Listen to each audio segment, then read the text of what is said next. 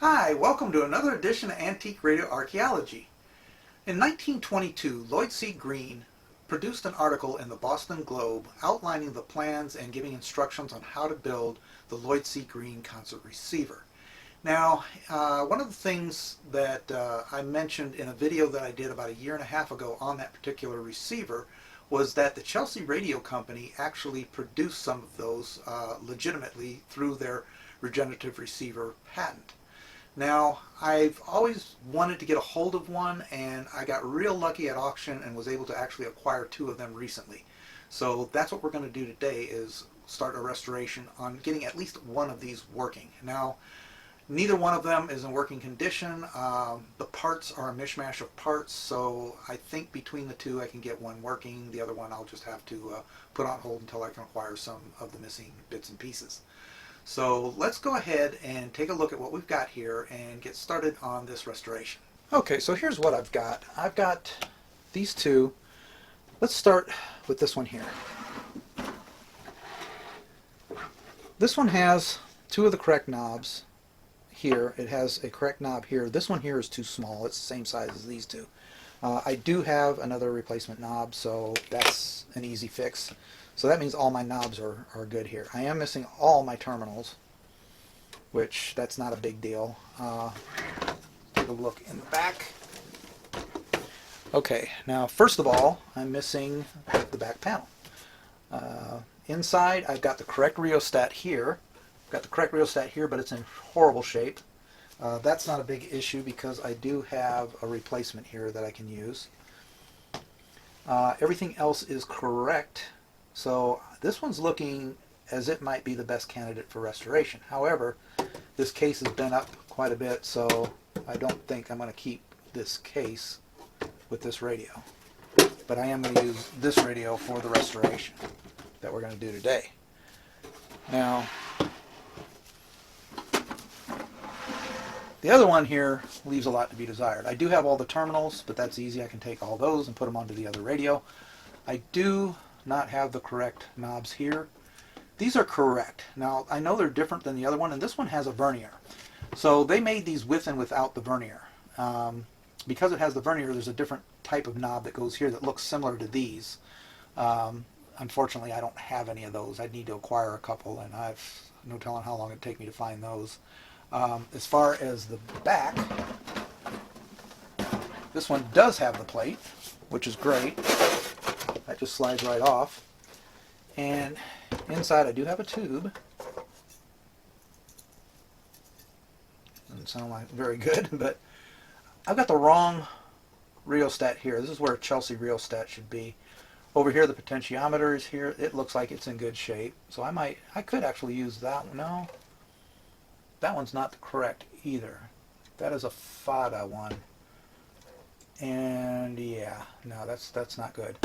Okay, as far as the rest of this, I mean, everything else is correct here, but rheostats always seems to be an issue with Chelsea radios. So this case is in good shape. It's not bent up. Now, the color on this thing is actually a green, and I did find a pretty close match right here, and I'm going to go ahead and use this. This is black evergreen, and this is a satin finish.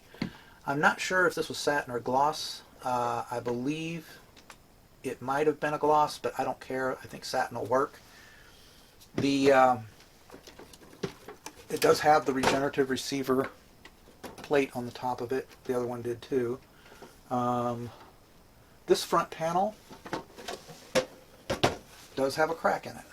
It looks like it's all the way down and around. So this one here is not in the greatest of shape. However, it is restorable, and I will at some point try to get it restored to working status. Now, how historically accurate it will be, I don't know. It just depends on whether I can acquire the right parts. But it does give me, between these two, I think I can go ahead and come up with at least one working one, which will probably be this one right here. Okay, let's get started on disassembly. I'm going to start with the one I'm going to restore.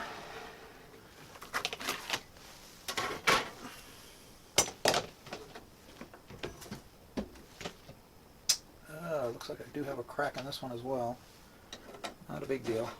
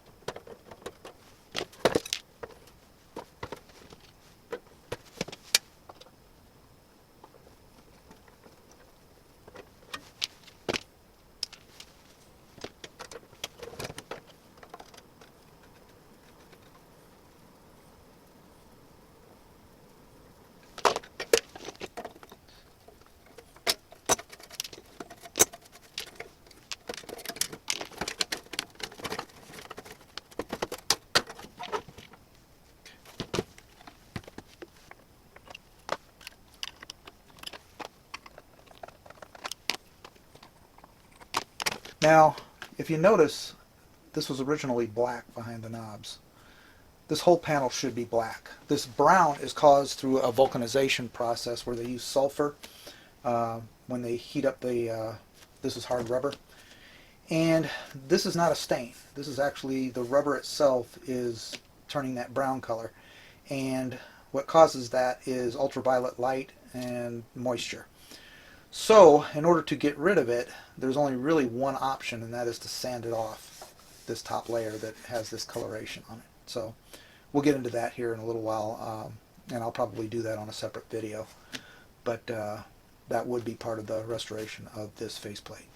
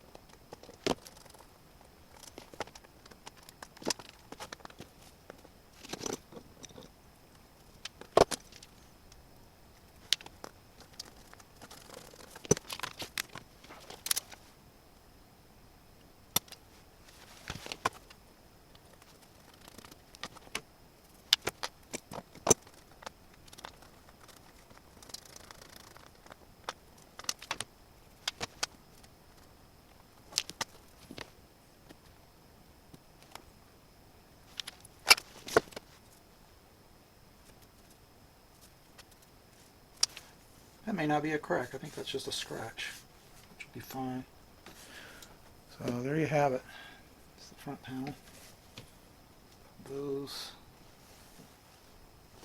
I need to remove.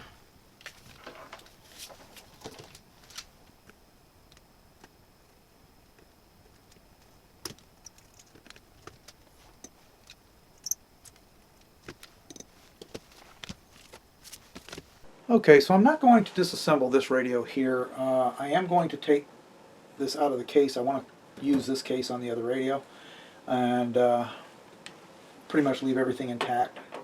I do need these for the other radio, so I'll go ahead and take those.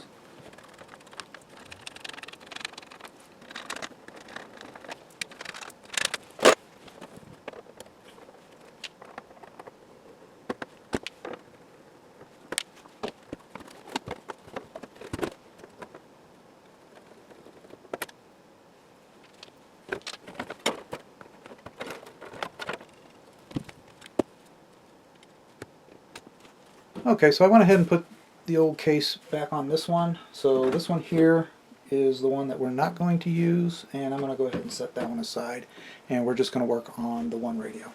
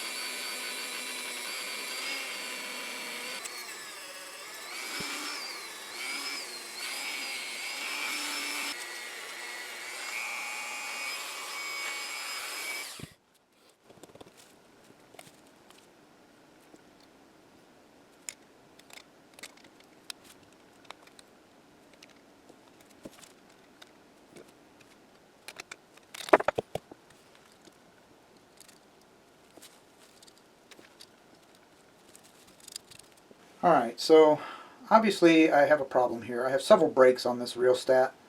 So I had a couple of options. Either I rewind it totally or I find one that will fit it, and I actually found one that is almost identical. But anyway, I'm going to go ahead and use this, replace this one. Just need to make sure it's the right value. Now it looks like it's a very similar gauge, and from this brake to this brake, I just need to make a reading here. See how many ohms I got.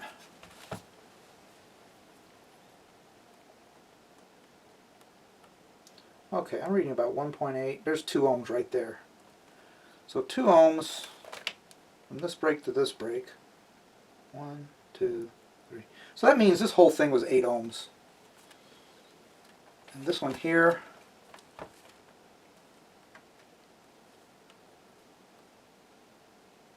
this is about 7 ohms, which I'm fine with. I think 7 ohms will work just great. It's a little bit different gauge, but it doesn't matter. That should work, and I'm going to go ahead and put this one in here. I'm going to have to cut it down a little bit. I think it's a little longer.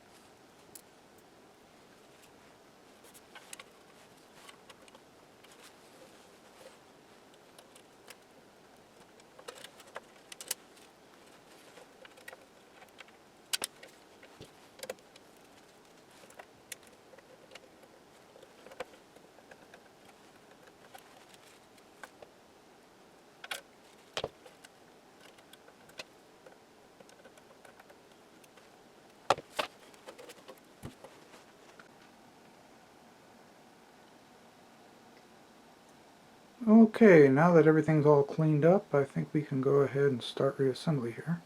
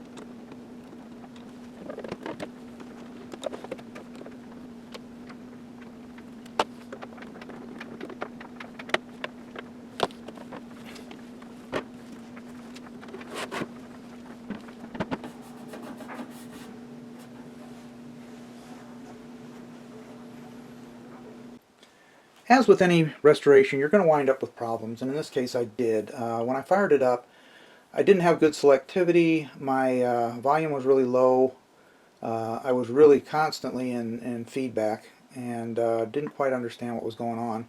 So I went ahead and drew up a schematic. Now what I discovered, this here is a schematic for the original Lloyd C. Greene concert receiver.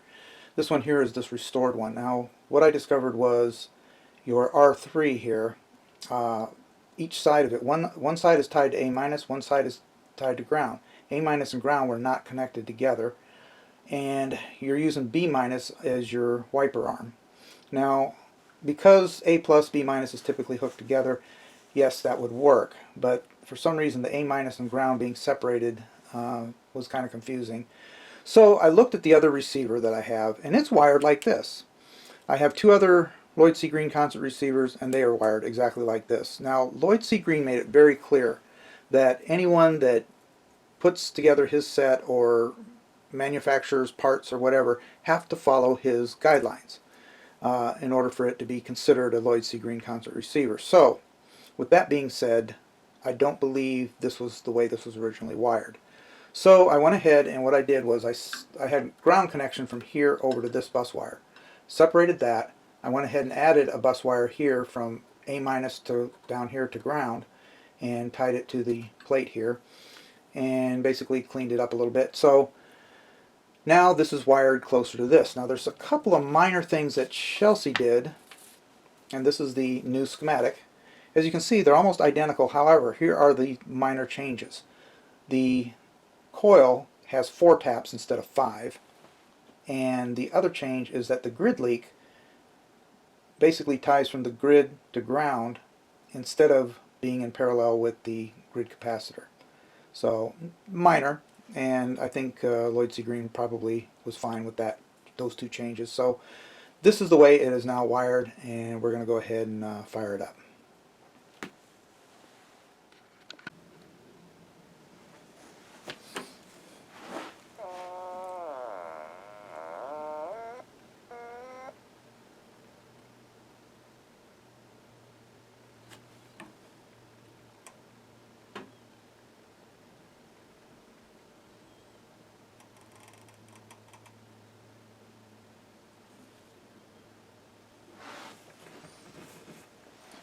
Okay, I'm receiving a station. I'm going to go ahead and hook it up to an amplifier so you can hear it.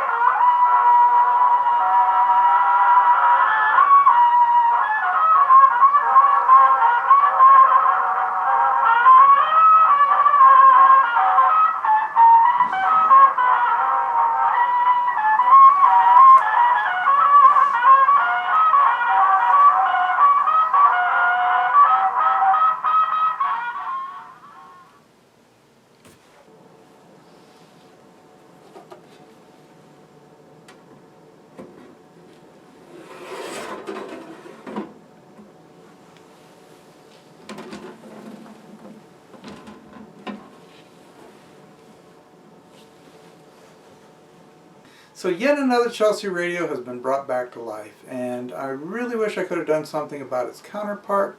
However, it does need quite a bit of work. The faceplate is cracked. There is a couple of rheostats that need to be replaced. One of them has to be replaced with a very rare Chelsea rheostat. The knobs for the rheostats are non-Chelsea. They need to be replaced. I've got to get a hold of some terminals for it. It's just a whole slew of things, so it's definitely going to go on the back burner for a while.